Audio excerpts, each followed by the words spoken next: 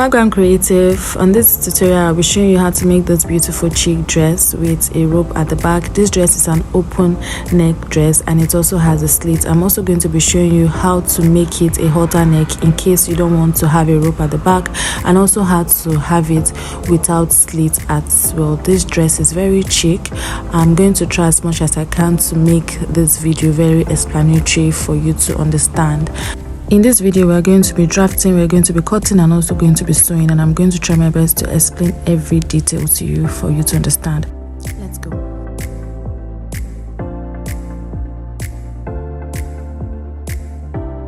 So for this project, I made use of this beautiful African print here. I have about 6 yards, but I didn't really exhaust all of it. So first we're going to go ahead and draft the front before we draft the back. So I've gone ahead to just include all my basic measurements so we don't have a long video. I've gone ahead to also impute my chest line, bust point. That part is bust point, not hip point. I'll correct it later. Then from my waistline, I went down by 4 inches to get that back waist effect. So for my waistline, from your waistline, just go down by 4 inches or 4.5, and that's what I label the full length. So for the dart intake at my under bust, I went out by 1 inches and the other side by 1.5 inches. Then for my bust point, I came down by 2 inches. So I'll connect to my under bust and I'll connect all the way down to the length. Then I'll connect the other side as well. So I'm working with someone that is busty. That's why I'm doing 1/2 inch on one side and 1.5 inch on the other side. So the next step now for us to take, I'm just going to go ahead and for my neckline, I did about 3.5 inches wide. Then for the length of the front, I did 9 inches. So if you want your bust to really come out, you can do about 11 or even 11.5 inches, but I'm doing 9 inches for this dress. So from that 9 inches, I went out again by 1/2 inch like so, and I connected it, and I'll connect it all the way to the shoulder just like I'm doing here. So kindly just pay attention to every detail, because once you're able to get this part and also the upper part, the down part is very easy.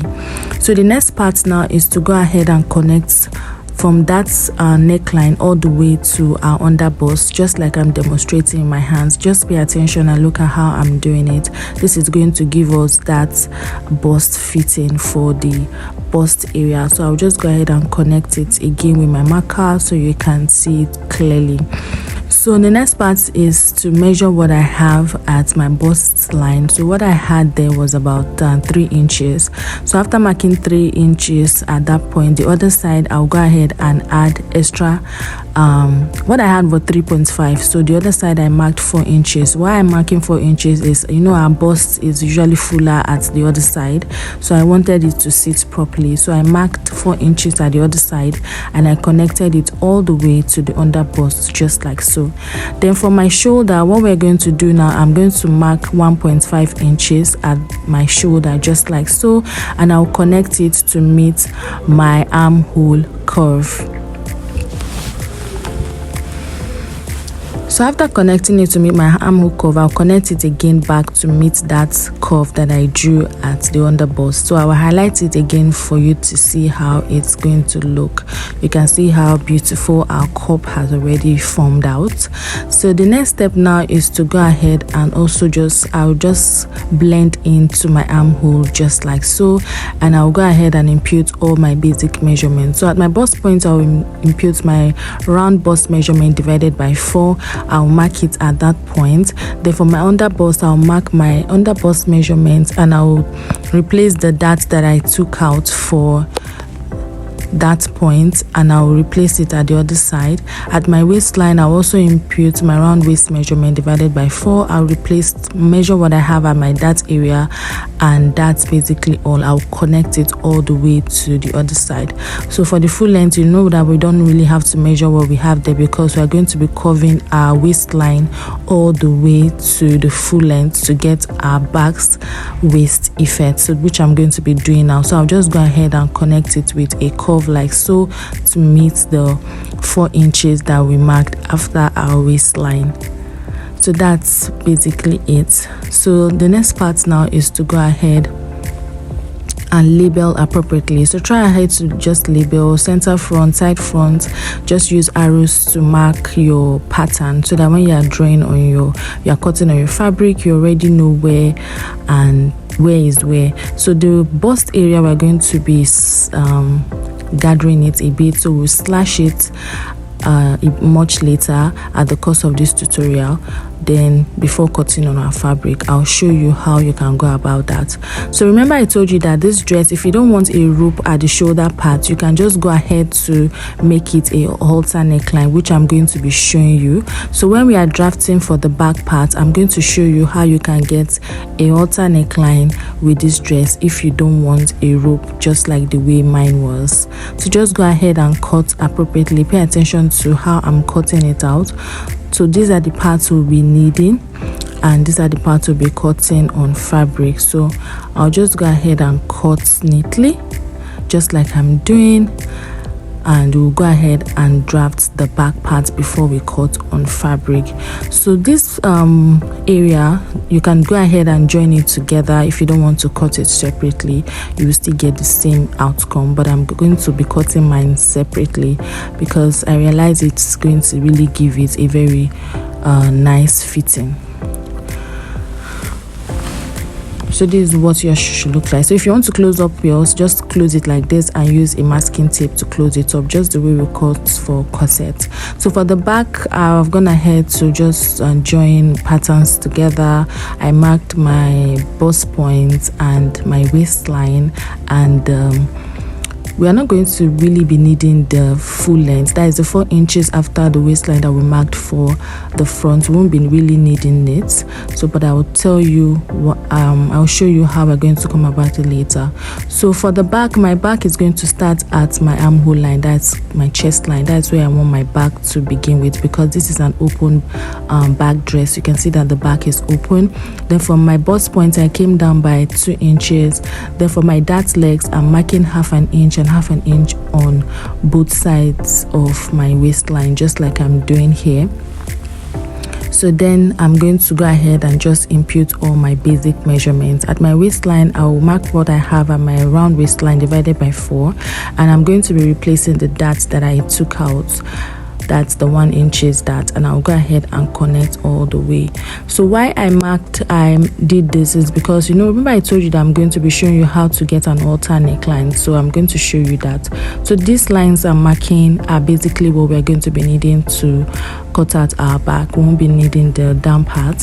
So I went ahead to include extra paper at the top. So I'll mark my neckline that I'm using. I did 4 inches. You can do 2 inches for the back. So to get a halter neckline, you bring the front bust part and you put it just the way I'm putting it to mark what you have there exactly.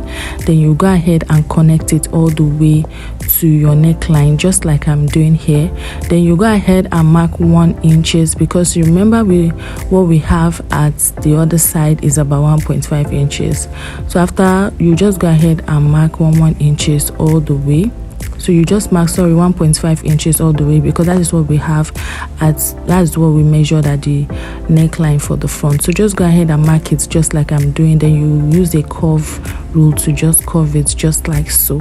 Then when you are cutting it out, before you cut it out, go ahead to label it like your shoulder, so that you know that this is the part you are going to be joining to the shoulder. So go ahead and just cut this part out just like I'm doing. So this part is if you want to make yours a halter neckline and you don't want to have like a rope on the back of your dress. So just go ahead and cut this out. Then when you are cutting, after cutting it out, you use a tape rule to just tape it at the bust area of the front, so that when you're cutting on your fabric, you cut it exactly like this. That's if you want a halter neckline. But for me, I'm going to be using a rope, a 1 1.5 inches rope that I'll be cutting to attach to the shoulder of the front much later. So next now is to I just went ahead to cut out the part I'm not needing, and also go ahead to cut out the part I need for the back. I'll also go ahead to label my center back, my side back, just like so. And if you want this to cut, you want to cut this in one, you can just go ahead and tape it as well, just like I said earlier. So what I have at my shoulder, I divided it by 2, and I'm going to mark a straight line all the way to the down part, and I'll slash it open. That's how I'm going to be cutting it on my fabric. So I'm gonna head to cut out all my fabric. So I opened mine by about 8 inches. You can do less or more, and I cut out the main piece and also the lining. I'm using the fabric as the lining as well. I went ahead to include all my allowances. At the side I did 1.5 inches allowances, then the part I'll be joining I did just half inches. So the next part now is to go ahead and begin stitching, and the first part is to go ahead and gather what we have at this bust area. So try as much as you can to gather this part really well, so that it's going to give your bust a really good fitting. I already notched the areas, the extra 8 inches, so that's where I went ahead to gather.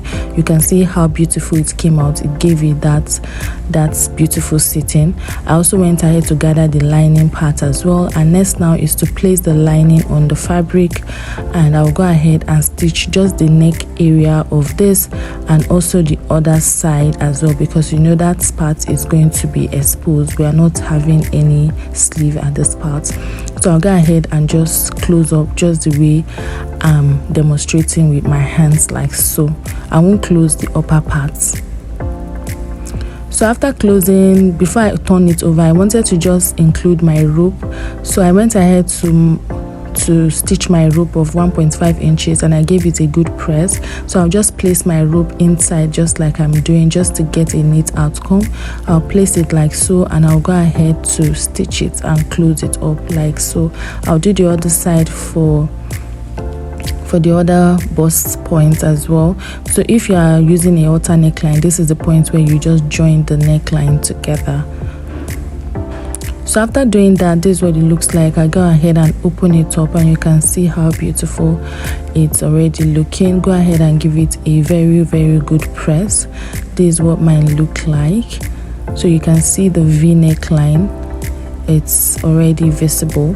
So go ahead and give this a very good press, and the next we're going to go ahead and work on the other part of the front. So for this part now, I'll just go ahead and take out all my patterns like so. So I'm going to go ahead and arrange it neatly. So this is why you shouldn't throw away your patterns. Just keep it aside, and it will help you to arrange all your pieces together before sewing on the machine. So I'll just arrange all my pieces together like so, just like I'm doing here. And I'll go ahead and stitch. What I'm stitching on the main fabric is exactly what I'll be doing for the lining. Remember, I'm using the same fabric for the lining as well. So I'll do the same for both the fabric, and I'll also do the same for both the lining as well. After stitching, I'll go ahead and also open all my stitch lines together, and I'll give them a very, very good press. So this is what it looks like. By the time I was done stitching, I've already given this a good press. I pressed it open just like you see here. I did that for both the main fabric and also the part I'll be using for the lining as well. So just go ahead and place this aside, and the next side now to work on is the back piece. So for the back piece, just like I said, I'm just going to go ahead and arrange them properly, just like I'm doing. Take out all my pins, place my pattern, arrange it neatly, just the way I'm doing before stitching them together. So I'll just go ahead and keep doing this until I get the exact points that I need. That's how I want them to be arranged. So take your time to do this part so that you don't end up stitching the wrong sides together. So ensure that you pin at this point as you're arranging. Once you've arranged, you pin, And after doing that, I'll take this to my machine and I'll go ahead and join both the main fabric and also the lining piece as well. So at this point, if you're yet to subscribe to my channel, do well to hit on the subscription button and also turn on your notifications so that you'll be notified anytime I post new tutorials on this channel. I post new tutorials every Sunday. So this is what it looks like by the time I was done. So now I'm going to place them together, both lining and fabric, and I'll stitch all the way to the sides, up and down. I will not stitch the hemline. That's the bottom parts. It's where I'm not going to be stitching. You can see how beautiful the back piece is already. So I'll just go ahead and pin down where I want to use for my zipper allowance, because I already gave it a very good notch. So I'll just go ahead and pin that and keep aside. So next now is to join the front parts together just like I'm doing. I'll arrange it and I'll only be stitching the sides, the upper part as well. I won't be closing that part that I'll be joining to the cup, that is the breast cup area. So I'll go ahead and arrange this properly and I'll go ahead and close up the sides I said I would. I'll cut out any excess I might have and I'll go ahead and turn this over. Then after turning it over, I'll give it another good press, because pressing your fabric is going to really help you get that beautiful fitting by the time you're done with your dress.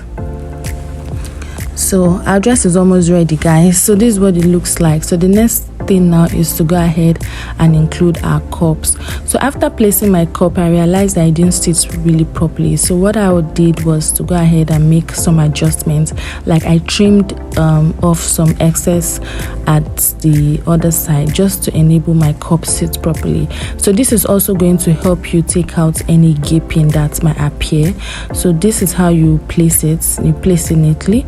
So before I did that, I went ahead to fold in this top part and I went ahead to just cut out some excess because I realized that my cup didn't really sit well. So I made a lot of adjustments. So just go ahead and do your adjustments, as this is going to help your cup really sit properly and also pack your boobs really well.